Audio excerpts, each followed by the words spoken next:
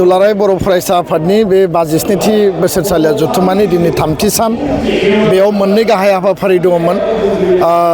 गिबियावनो दुलाराय बर' फरायसा आफादनि जि जारिमिन बिजाब दुलाराय बर' फरायसा आफाद आरो बड'लेण्ड सोमावसारनायनि जारिमिन, दा बे जारिमिनखौ दिनै बेखेवबाय 9 बोसोर बेखौ गासै बिथिंजों नायजोबनायनि उनाव कम्पाइल खालामनायनि उनाव फाइनेलि जोङो दिनै बेखौ पाब्लिश खालामनो हाबाय आरो बर' थुनलाइ आफादनि आथिखालनि आफादगिरि डक्टर सुरन नार्जारी सार आरो एबसुनि 1967 मायथाइनि 15 फेब्रुवारियाव गायसननाय समाव सासे बिथाङा गायसनजेनगिरि गोख्रों सोद्रोमा बा मेम्बारमोन, बिथांनि आखाइजोंनो आरो बिथाङानो बे जारिमिन लिरथुम आफादनिबो मासिगिरिमोन, जों बेखेवनानै लाबाय। बे मोनसे 1000 पृष्ठा जरा माने पेज थानाय मोनसे आबुं जारिमिन। बे आबुं जारिमिननि गेजेरजों एबसुआ सोमावसारनायनि समाव समाज हारिमु जोंनि राव थुनलाइ हारिनि थामोनथा रैखाथिखौ लानानै हाबा मावनाय समाव बड'फानि आलादा रायजो बड'लेण्डनि सोमावसारनायनि बे समखोन्दो थासारियाव जोंनि जिखिनि थैनाय थांनाय गांनाय उखैनाय जोंनि गोमानाय मोनफिननाय बे गासै जि मोनसे जारिमिन, बे जारिमिना बेयाव दिनै लिरनानै सोरजि जाबाय। बियो मोनसे दुलाराय बर' फरायसा आफादनि बर' हारिनि गिदिर मोनसे जाफुंसारनाय आरो बेजों लोगोसेनो जोंहा दुलाराय बर' फरायसा आफादनि थांनाय समखोन्दोनि जिल्लानि आरो मिरुनि आगुनि दैदेनगिरि बिथांमोनखौ जों हांख्रायनानै बड'फा उपेन्द्रनाथ ब्रह्म आरो गेरेमसा बर' माहारि दानायनि सायाव जों गुवारै गेवलाङै सावरायनो थाखाय जों हांख्रायदों आरो जायखौ बेखेवनानै होयो आगुनि एबसुनि आफादगिरि आथिखालनि आसामनि मन्त्रि उरखाव ब्रह्म बिथाङा आरो बे हाबाफारियाव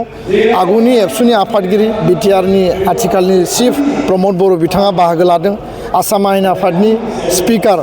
मानगोनां बिश्वजित दैमारि बिथाङा बाहागो लादों, बिथाङा आगुनि एबसुनि एजिएसमोन आरो गोबां बेयाव आलासिफोर बाहागो लादों, जेराव नोङो वेस्ट बेंगलनि दङ, जेराव नोङो कार्बि आंलंनि बड'फाजों सोमावसारनाय समाव हाबा मावनाय दैदेनगिरि आरो लोगोसे गवालपारा दैखंखुलारि बिनि दैदेनगिरिफोर, धेमाजि लखिमपुरनि दैदेनगिरि सनितपुर बिश्वनाथ, क'क्राझार उदालगुरि तामुलपुर चिरां बाक्सा गोबां ओनसोलनिफ्राय दिनै जोंनि आगुनि दैदेनगिरिफ्रा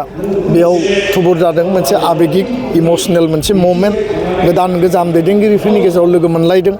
आरो गावबा गावनि दुखु दाहाजों लोगोसे माहारि दानाय माहारिबाद बड'फानि आदर्श आरो जोंनि जि रुट एबसुनि जि माने रोदा, बे रोदाया जे दिनै 58 इयार्सनि मोनसे लं स्ट्रागल आरो जार्नि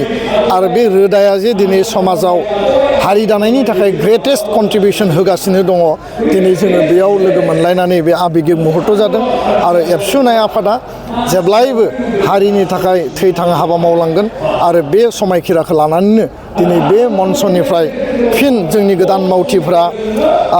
गावबा गावनि थावनियाव थांनानै हाबा मावहैगोन आरो गोजाम जायफोर मावथि दैदेनगिरि बिथांमोना जोंखौ जेब्लायबो मदद होगोन, सुबुरुन होगोन, जोंनो आशीर्बाद होगोन। बे आशीर्बादखौ नागिरनानैनो बिथांमोननि सुबुरुन नागिरनानै दिनै जों बे हाबाफारिखौ लादों। मोजां मोनसे मुहुर्त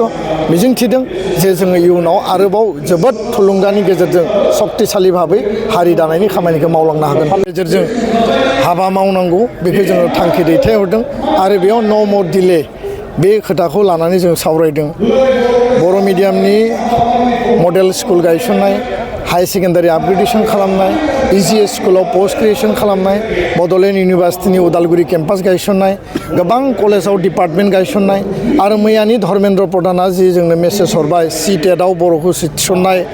केन्द्रीय बिद्यालय नवोदयाव बर' साबजेक्ट थिसननाय, दिल्ली इउनिभार्सिटियाव MIL हिसाबै बर'खौ थिसननाय, बेफोर मोन्दांथिखौ लानानै जों गोथौ आरो गुवारै सावरायबाय। सरकारा सुस्रांनो गोनां बिथिंखौ आसाम सरकार, भारत सरकार, बिटिआर काउन्सिला सुस्रांनांगोन। टिचार एपइन्टमेन्टनि जि मोनसे बिथिं दङ बेखौ गोख्रैनो सुफुंनांगौ। बे बिथिंफोरखौ जोङो गुवार गोथौयै सावरायबाय आरो दिनै मोनाबिलियाव लास्ट जोंहा डेलिगेट सिटिं दङ, बेयाव रिजलिउसन एडप्ट जागोन आरो एकर्डनि सुक्ति दफा मावफुंनायनि सायाव दसे सम सावरायनाय जागोन आरो बिनि उनाव जोंनि संबिजिताव लिरखानाय अनुच्छेद बायदियै गोजाम आफाद दानि जि मिरुनि जि टीम दङ बेखौ जोङो डिजल्भ खालामगोन डिजलिउसननि उनाव निउ बडि फर्मेसन जागोन आरो गासैबो जोंनि CWC जोंनि थान्दै बिथांमोनखौ लानानै जिल्ला आफादफोरजों सावरायनानै CWC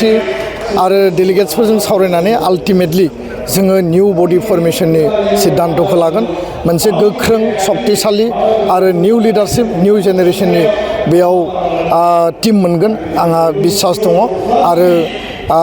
जोङो जायफोरा गोलाव सम हाबा मावबाय गोदान टीमखौ दानानै गालांनायनि जोंहा बयहाबो बिबान दङ बे खोथाखौ आङो फोरमायबाय गोजोन्थों थेंक इउ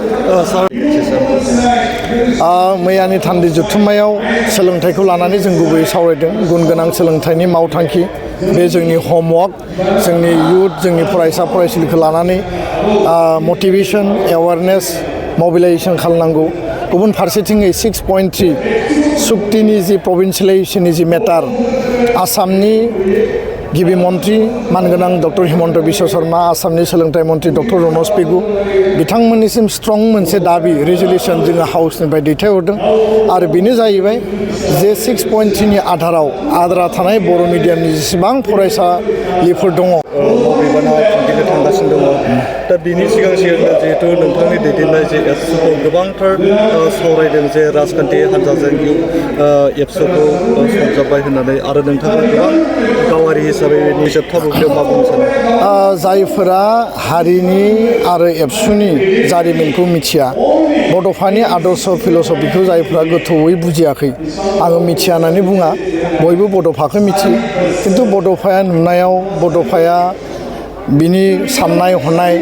नुनायजों साननाय हनायजों आलादा आलादा बिथिं दङ दा बड'फा होननाय बे व्यक्तित्वआ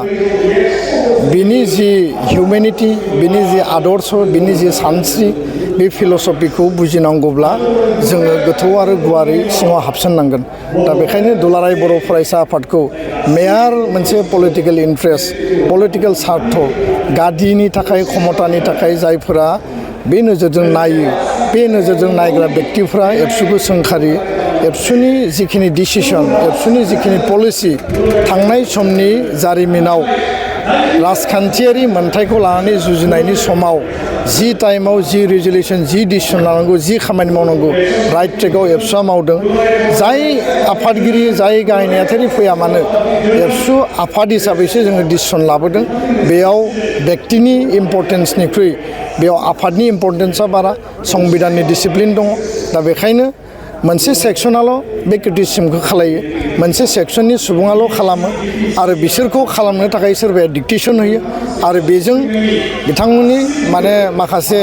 बिथिं माखासे राजखान्थिया लाबालाब जायो नामा बिनि थाखाय जेब्लाबो जोंखौ प्रभक खालामो खिन्थु बेजों हारिया मालाबाबो लाब जाया बेजों बिथांमोनाबो लाब जाया आरो दिनै बेबायदि मोनसे केवास थासारिखौ लाबोनानै बिथांमोना गावसोरनि उद्देश्यखौ सार्भ खालामनो हागोन होननानै सानदों खिन्थु बे मालाबाबो बास्तब नङा बास्तबा जाबाय एबसुआ टाइम एन्ड सिटुएसनाव गावनि महरखौ सोलायनांदों टाइम एन्ड सिटुएसनाव केम'फ्लेग गेलेनांदों टाइम एन्ड सिटुएसनाव दुलाराय बर' फरायसा आफादा जातीयताबादि चेतना सिन्ता सत्ताखौ लानानै जोङो ब्रिडिल हमफिनदों आरो जेब्ला एबसुआ गावनि स्टेन्डखौ मर आरो मर स्पेसिफिक आरो क्लियारिफाइ खालामदों सरकारा माबा नङा माबा मोनसे डिसिसन लानो बाध्य जादों दा बेखायनो बे टाइम एन्ड सिटुएसननिसो खोथा आं बेखिनिखौ दिनैनि बे जोबथा बुब्लियाव आङो फोरमायबाय गोजोन्थों।